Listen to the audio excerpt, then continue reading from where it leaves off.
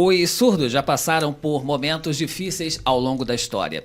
No Brasil, para compreender o processo de inclusão, é preciso chegar ao reinado de Dom Pedro II. Há relatos de que o monarca teria parentes próximos com ensurdecimento. Por causa disso, e para tratar de pessoas surdas, ele trouxe para o Brasil Ernest Rouet, e em 1857 é aberto o Instituto Imperial dos Surdos Mudos no Rio de Janeiro, em atividade até hoje, mas com uma nomenclatura diferente. E para falar sobre esse assunto, a minha convidada é Luciana Ruiz. Ela é surda e seus pais descobriram que ela não tinha capacidade de ouvir os sons do ambiente quando tinha 9 meses de vida. O amparo familiar foi muito importante para que a nossa convidada vencesse as dificuldades e isso fez com que ela se tornasse a primeira psicóloga com surdez no estado do Rio de Janeiro e a terceira profissional dessa área clínica no Brasil.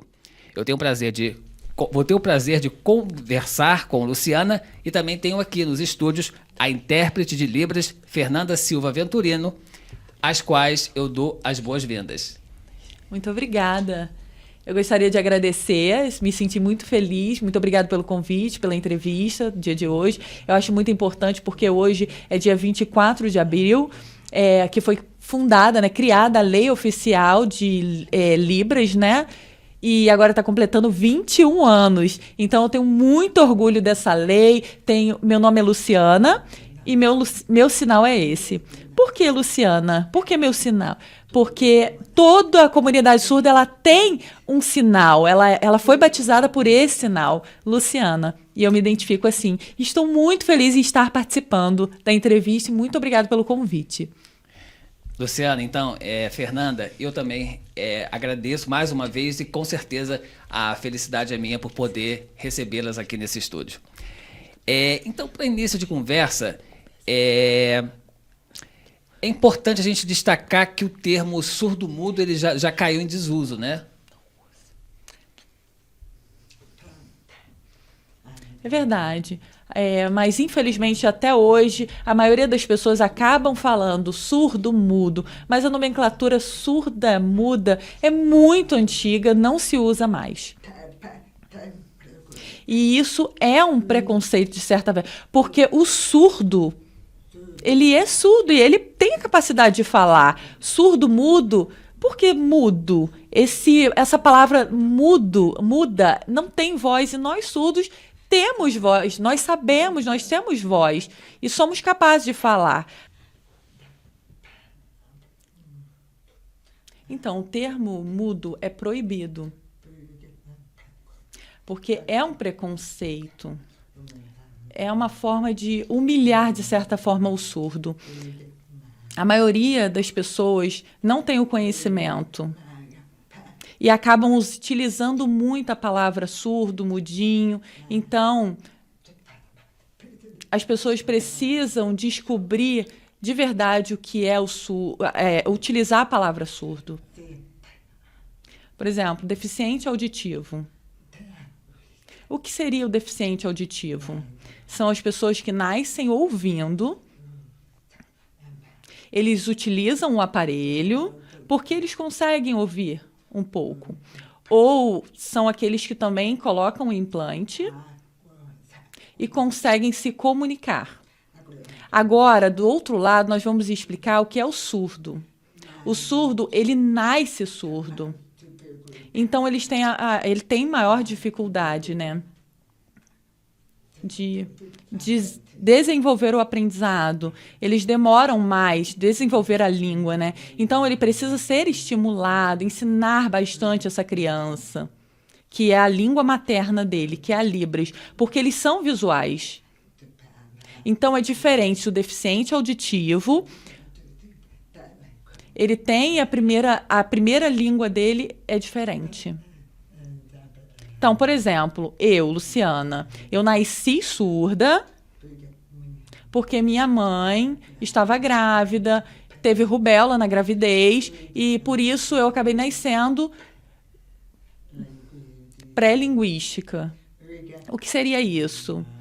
Eu tive mais dificuldade para aprender para falar a língua portuguesa. Eu cresci oralizada, né? Tive muitas dificuldades e isso se deu a pergunta, o porquê que não utilizar esse termo. E, Luciana, após mais de 20 anos da promulgação da Lei 10.436, né, que entende a Libras como forma de comunicação, quais vantagens e desvantagens que você analisa nessa lei atualmente?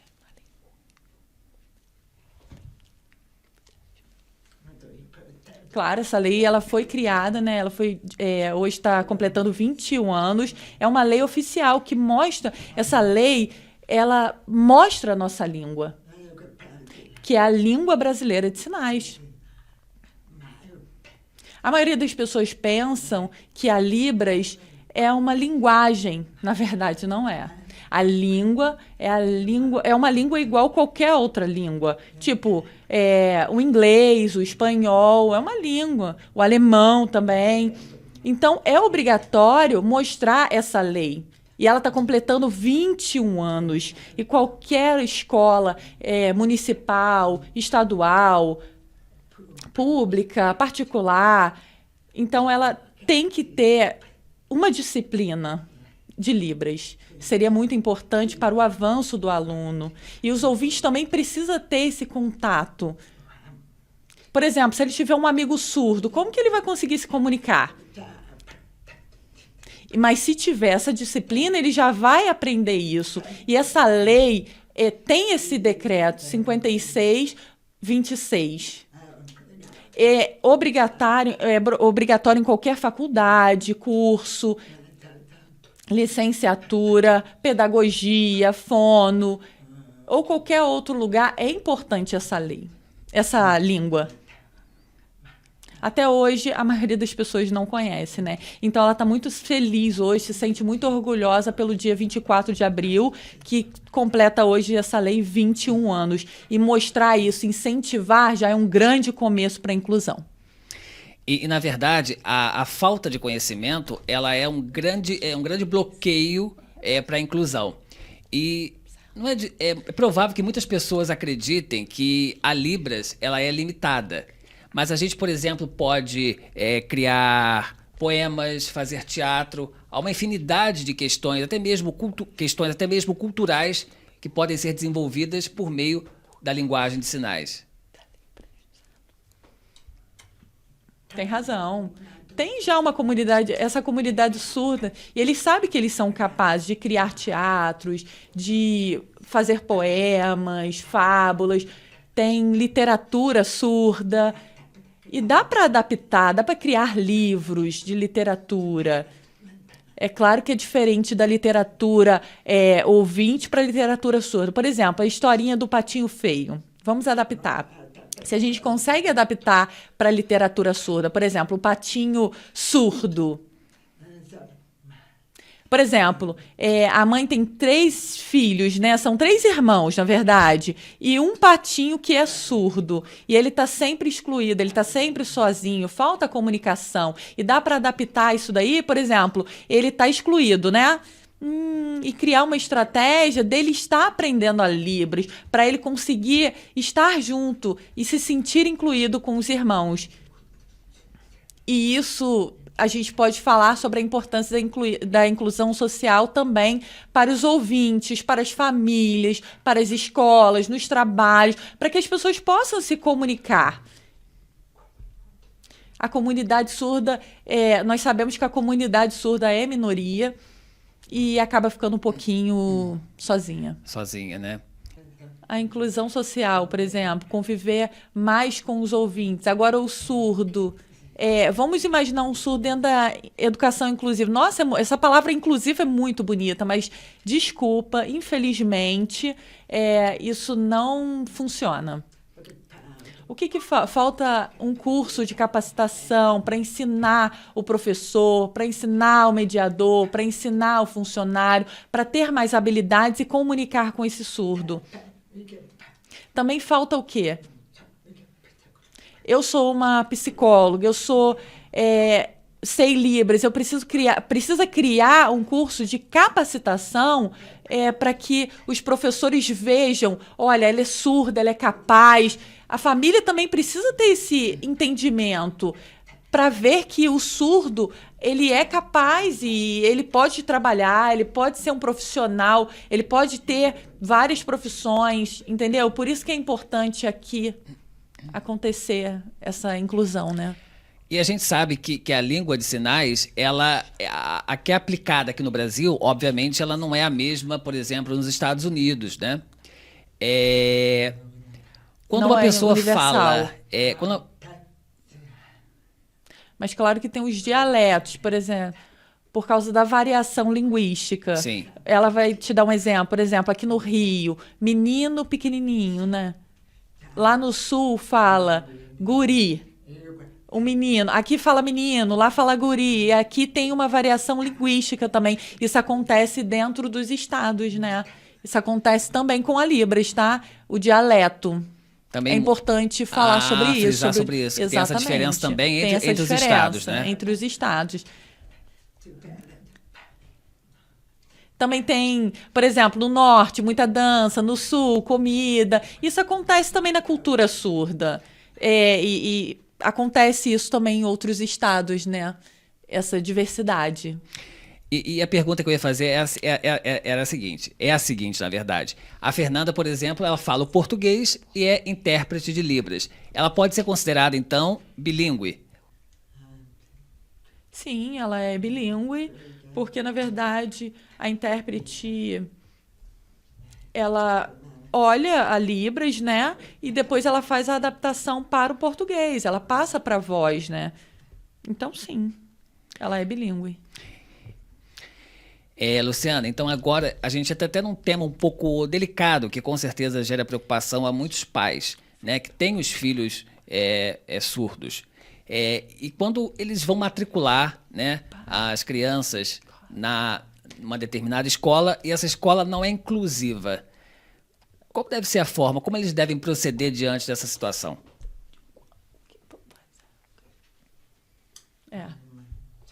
Realmente o pai e a mãe, eles sofrem, né?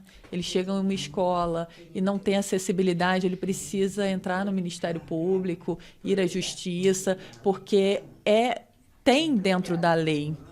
É fundamental ter um intérprete, né, um mediador que saiba Libras para apoiar, para estar auxiliando essa criança, para que ela consiga, né, entender melhor o português, aprender também de fato. Infelizmente não tem. Então é importante que esse aluno ele tenha essa mediação, esse apoio. Tá. E Luciana, pela sua experiência, são muitos os surdos que têm a facilidade diante da leitura labial? Não, infelizmente não é assim. Na teoria, nós temos, vamos lá, o oralismo. Antigamente, até 1960, desculpa, era obrigatório ensinar o oralismo. Depois essa filosofia ela mudou, né? E aí entrou o termo de comunicação total, até 1970. Foi esse. O que é comunicação total? É falar e sinalizar ao mesmo tempo, né? Eles utilizavam muita mímica, muitos gestos e acabavam misturando. E não estava certo, porque, na verdade, a língua é diferente, a língua é totalmente diferente. Libras e o português não dá para fazer ao mesmo tempo. Não dá para ser simultâneo. E aí, depois, em 1980, até hoje, a gente utiliza o bilinguismo, que é a segunda língua, que é a Libras, na verdade, né? A Libras visual. E também as crianças aprendem a alfabetização dentro do oralismo, tá? Isso. Primeiro, então, ele faz a sinalização para depois fazer a escrita ou o oralismo. Então, na minha época, só tinha essas duas filosofias, tá? Então, minha mãe fala. Eu cresci sendo oralizada e só fui descobrir a língua mesmo, a Libras, aos meus 33 anos de idade. E agora a gente entra, então, num tema sobre o cinema, né? Acredito que você goste de cinema. Por exemplo, há um filme italiano, Dove Siete, Io Sono Qui, que fala da não aceitação de uma mãe por ter um filho surdo, né? Mas tem um filme em particular que marcou a sua vida, que Seu Nome é Jonas. Comente pra gente, né, pra todos nós, por que esse filme marcou a sua história? Esse filme é muito importante para mim, porque ele mostra, por exemplo, eu costumo mostrar dentro do meu curso para os meus alunos, eles precisam entender a realidade, porque esse filme marcou a minha história, é muito parecido com a minha vida, porque minha mãe antigamente me ensinava muito para eu aprender a falar, e me repetiam as palavras. Eu entrava na escola de ouvintes e eu sentia que era muito diferente da minha realidade, porque eu sou surda e sentia muita dificuldade. Eu lia, eu ficava escrevendo e achava muito difícil. Eu não tinha amigos surdos. Então, esse filme, dessa mãe, desse filho, dentro do filme eles não conseguiam se comunicar, eles brigavam muito. O pai também acabou se separando da mãe. E aí colocaram esse menino dentro de um hospital para deficientes intelectual, para síndrome de Down. E aí esse menino entrou e não sentiu... claro que foi por falta de conhecimento, né? Colocar essa criança lá. Depois que ele encontrou uma família que tem um pai, uma mãe e tinha um filho surdo, e ele percebeu... Nossa, ele ficou muito curioso para se comunicar, ele queria aprender mais sobre aquilo, e ele começou a entender. Ele ficou entendendo, queria saber aonde que você aprendeu isso. Aí quando a mãe levou para aprender, levou a essa comunidade e percebeu que tinham muitos alunos surdos, grandes, que sabiam se comunicar através da Libras, ele ficou encantado e ele percebeu que a mãe percebeu que ele poderia ter uma vida normal. E essa mãe, ela procurou, né, surdos e teve o conhecimento. E comigo, eu tive uma experiência muito próxima disso, porque eu sofri muito. Eu acabei perdendo a minha identidade surda. É realmente um filme comovente, né?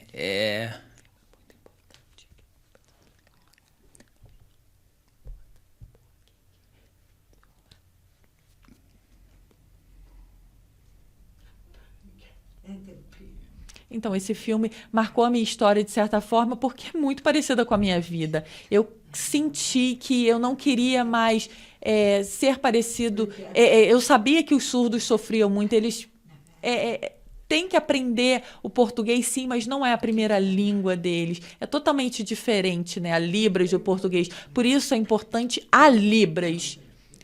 A Libras, e nós somos muito visuais, né? Nós surdos. Eu poderia então dizer que por meio desse filme você de certa forma, acaba se integrando à comunidade surda de uma forma mais intensa?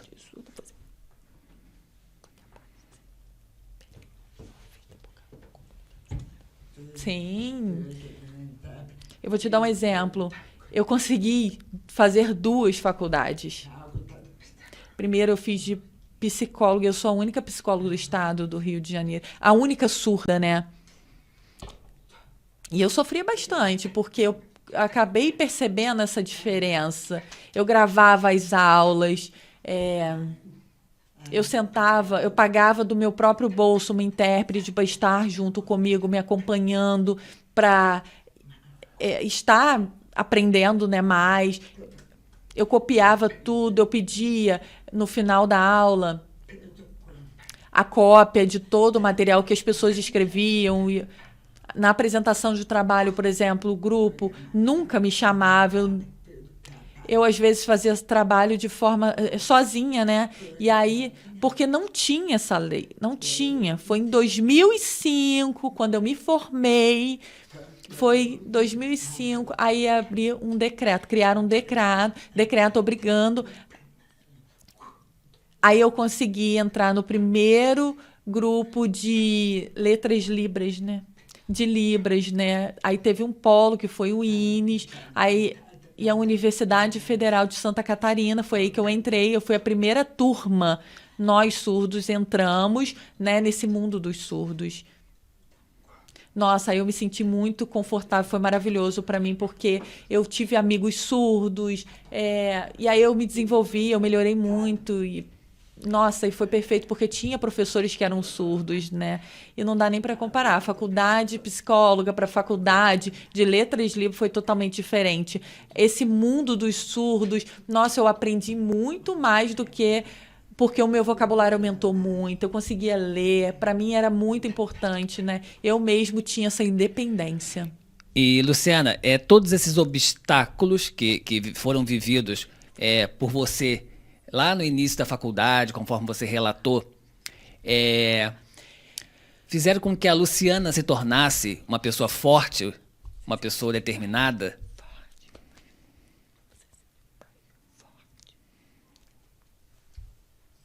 Sem dúvida. Antigamente eu não aceitava que eu era surda, porque muitas pessoas me olhavam, riam, eu sofria muito, eu tinha vergonha. Por exemplo, o jovem, né, encontrava, eu queria namorar, encontrava um namorado, eu falava que eu sei falar pouco e as pessoas fugiam. Minhas amigas todas tinham namorado e eu era a única que não tinha. Porque aí eu comecei a inventar uma mentirinha. Quando eu encontrava algumas pessoas, eu falava que eu morava em outro país.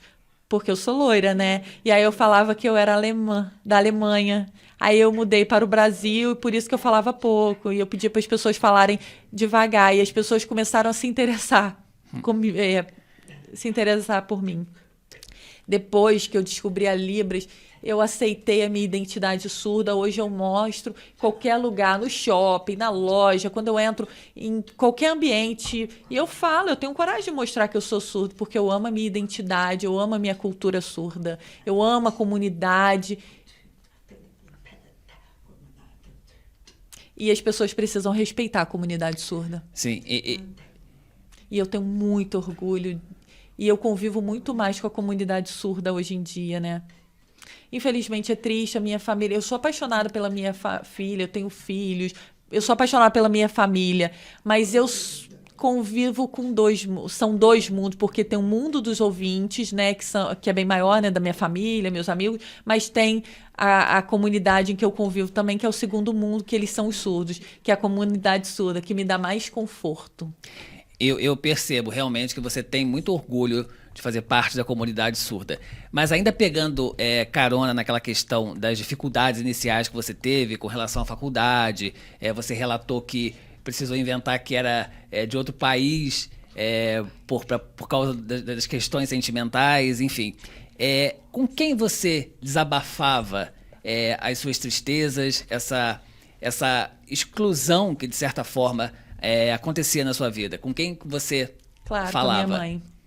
Porque a minha mãe, ela tem experiência, né, de vida, ela conviveu comigo, crescemos juntos, ela me ajudou, me incentivou. E minha mãe que me ajudava, né, para que eu tivesse uma vida bem melhor. Então, com a minha mãe que eu desabafava. Minha mãe, por exemplo, participava das escolas, pegava material, e dentro de casa ela me ensinava, nós duas sozinhas.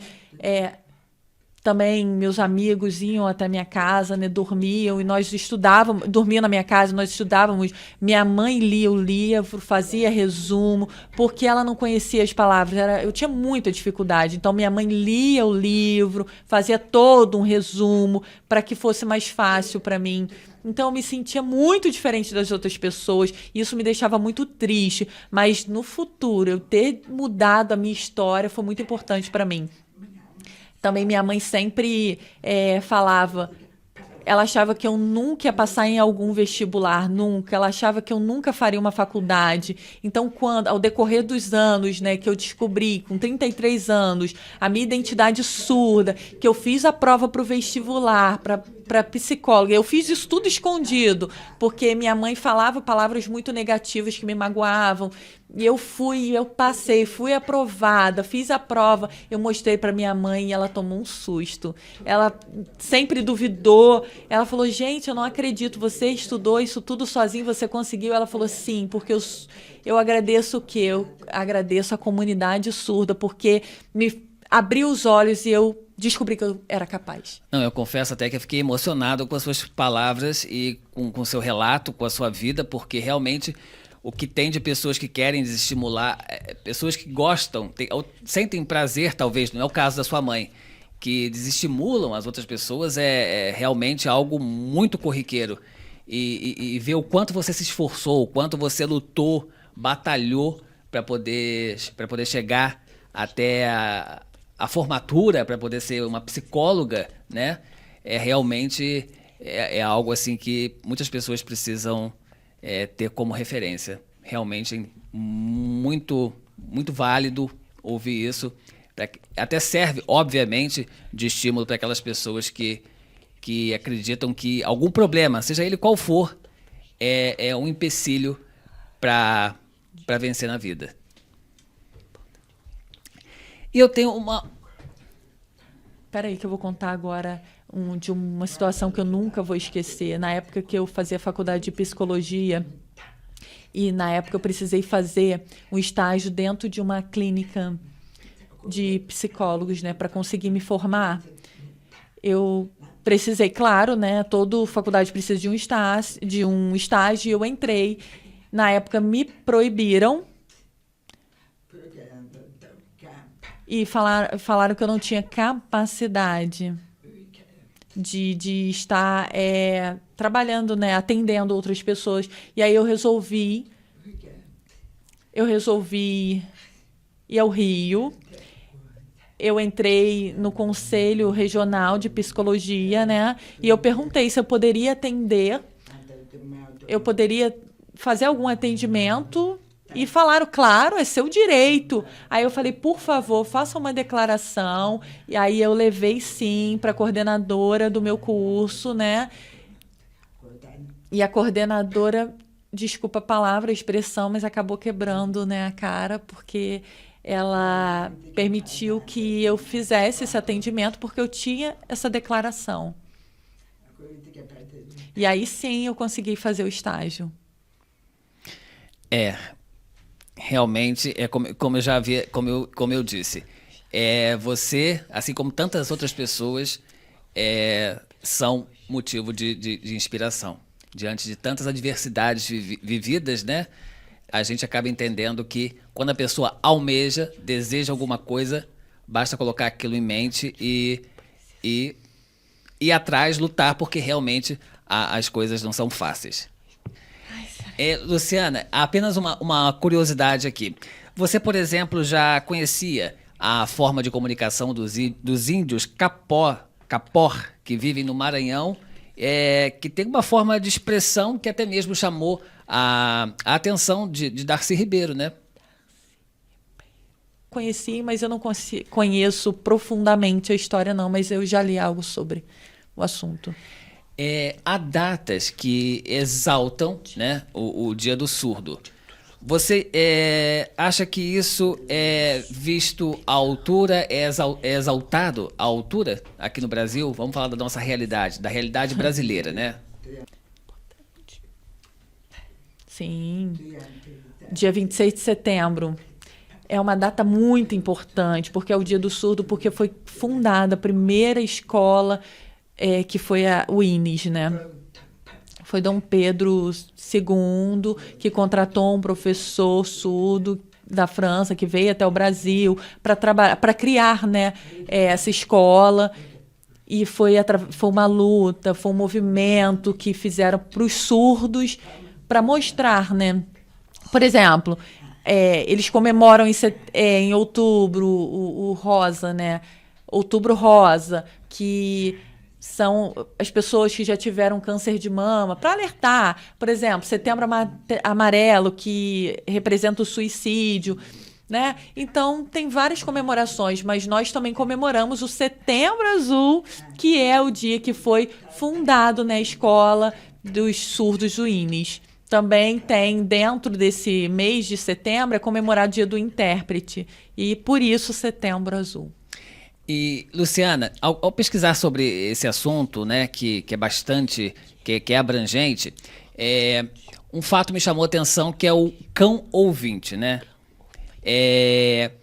Na verdade, o animal de certa forma, um amparo na vida das pessoas surdas, posso dizer assim? Porque, de repente, se alguém está dentro de casa, e esquece, por exemplo, a panela no fogão, isso pode ser uma ajuda bastante relevante, né, para quem é surdo. Um exemplo, né? Não, na verdade, sim, é muito importante. Ó, eu tenho um cachorro e ele me ajuda muito. Ele é meu companheiro. Por exemplo, a campainha toca. O cachorro corre, vai até a Luciana, vem até a mim para estar me avisando. Por exemplo, chega o carro e ele vai e me sinaliza. Às vezes eu estou dormindo e ele começa a latir, não adianta, né? Mas ele sabe que pulando em cima da minha perna eu vou saber. Ou quando ele tá com fome também, ele me sinaliza. Aí eu percebo que não tem comida. Antigamente eu tinha um cachorrinho e ele já é falecido, eu morro de saudade, porque eu ensinei Libras para ele. Então ele sabia. Por exemplo, quando eu falava, ia fazer esse sinal, ele sentava. Eu perguntava assim, tá com fome? Ele vinha correndo. Quando não estava com fome, ele mexia a cabecinha, ele ficava quietinho. Também ensinar, eu brincava, eu fazia o tiro, ele caía, ele enrolava. Eu perguntava, cadê a bola? Ele ia correndo, buscava a bola, trazia a bola. Eu jogava, eu falava, vai, ele ia. Então, por exemplo, agora eu tenho o meu neto, e ele tem um cachorro, e esse cachorro é surdo. Eu mesma descobri ele filhotinho, ele dormindo, e eu gritei e ele continuava dormindo. Eu falei, muito estranho isso. Aí eu peguei um jornal, eu enrolei, eu batia no chão e ele não apresentava nenhum movimento. E eu mesma falei, ele é surdo. Levaram ele no veterinário e descobriram de fato que ele é surdo. Então, e hoje ele consegue se comunicar muito bem em Libras. É igual um humano, né?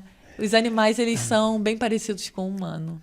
Uma última pergunta para encerrar a nossa entrevista, que está sendo muito boa, muito esclarecedora, na verdade. Os pais, então, se deparam com o filho surdo, né?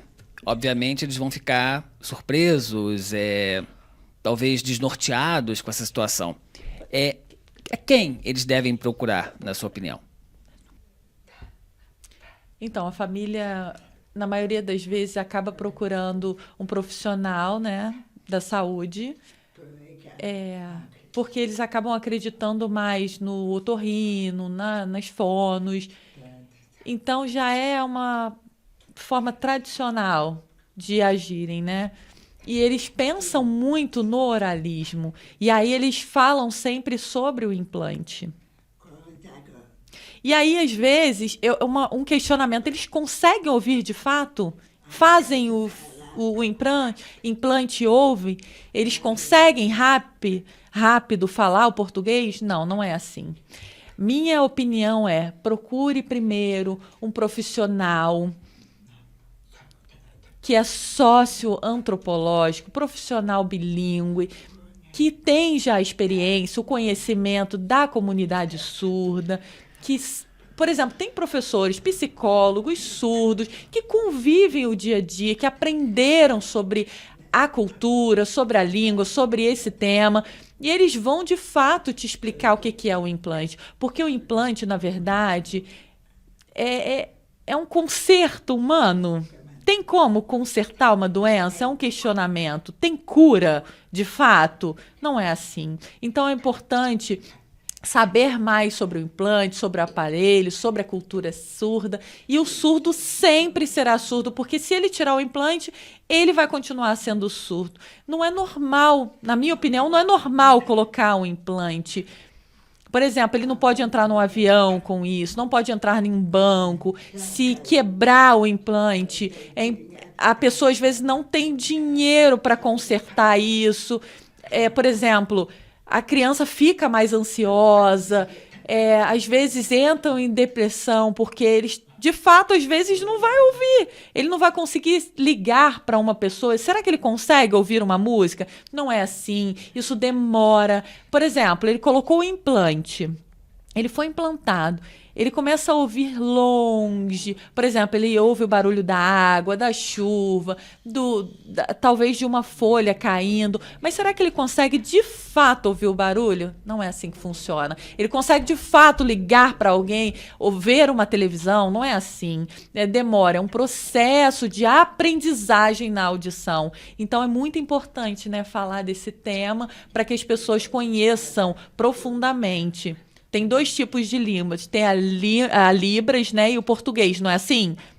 Então, para nós vivermos nesses 2 mundos, por exemplo, eu sou psicóloga, eu tenho identidade surdo, mas eu vivo em 2 mundos, o surdo e o ouvinte. É importante conhecer antes de fato realizar esse processo. Então, esse é meu conselho para a família, porque até hoje as famílias não acreditam na hora. Eles acham que eles devem fazer esse processo e depois acabam se arrependendo. Então, meu conselho entrem, pesquisem antes. Por exemplo, nas escolas hoje, eu sei que não tem alfabetização. As crianças, às vezes, têm dificuldade no português, não é assim que acontece? Então, a vida é assim, do surdo também é assim, sobre o aprendizado, né? Bem, Luciana, Fernanda, nós poderíamos continuar falando sobre esse assunto por mais tempo, mas o nosso tempo se esgotou. Eu quero imensamente agradecer a presença de vocês duas aqui. Foi uma pauta muito interessante. Acredito que esse assunto deva tocar ainda mais o coração das pessoas para que elas se sensibilizem, procurem conhecer um pouco mais sobre a comunidade surda, sobre Libras, porque isso é conhecimento. Eu acredito que uma sociedade, que as pessoas todas devem estar inseridas em sociedade para que possam viver de maneira harmônica e, obviamente, melhor. Eu quero dizer que mais uma vez, foi um prazer tê-las aqui e todo esse conhecimento que você transmitiu realmente é importante para que as pessoas, resumidamente, não desistam de seus objetivos e que entendam que a inclusão é um processo importantíssimo na sociedade atual. O nosso podcast fica por aqui. Eu agradeço a sua atenção e até o nosso próximo encontro